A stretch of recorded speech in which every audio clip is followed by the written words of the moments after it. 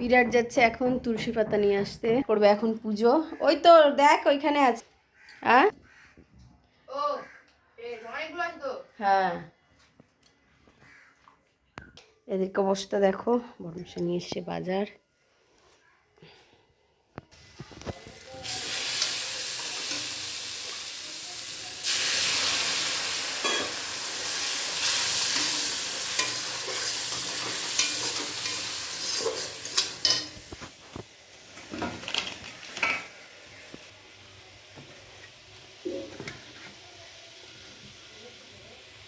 বিরুর পুজো দেওয়া হয়ে গেল।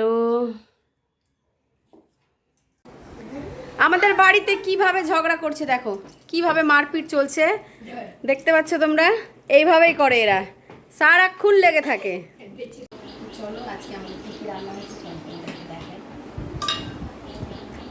এই যে ফ্রাইড রাইস হয়েছে, আর এখানে হচ্ছে শাহি পনির, বিরাটের জন্য শাহি পনির, আর আছে আলু পটলের পোস্ত, আর হচ্ছে পাঁপড়, আর এখানে হচ্ছে মূলা ভাজা।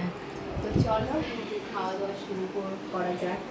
দুপুরের খাওয়া দাওয়া সেরে বরমশাই আর আমি একটা কাজে বেরিয়ে পড়েছিলাম, সেই কাজটা কিন্তু হয়নি, আমাদেরকে এমনি বাড়ি চলে আসতে হয়েছে, প্রচুর খারাপ লাগছিল। যেই কাজে গেছিলাম সেই কাজটা হলো না, বাড়ি চলে এসেছি। আর এসে মামামকে দেখি মামাম রেডি হয়ে গেছে, এখন যাও মামাম সিঙ্গাড়া খেতে, মিষ্টি খেতে।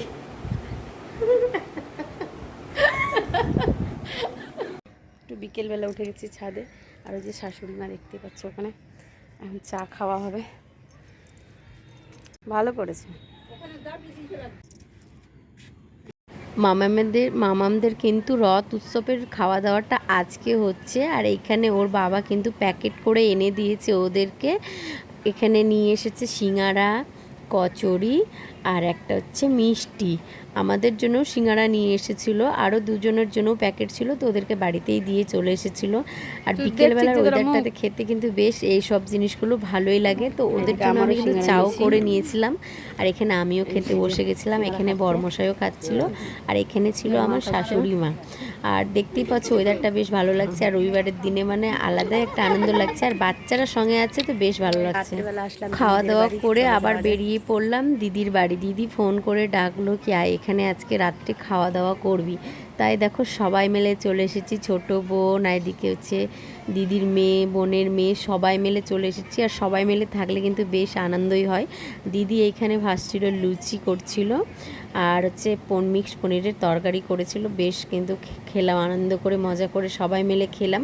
আর সত্যি দিদির হাতে রান্না কিন্তু অসাধারণ, দিদি কিন্তু আমার খুব ভালো রান্না করতে পারে। প্রত্যেকটা তরকারি যদি নিরামিষও থাকে না, খুব সুন্দর একটা টেস্ট হয় রান্নার।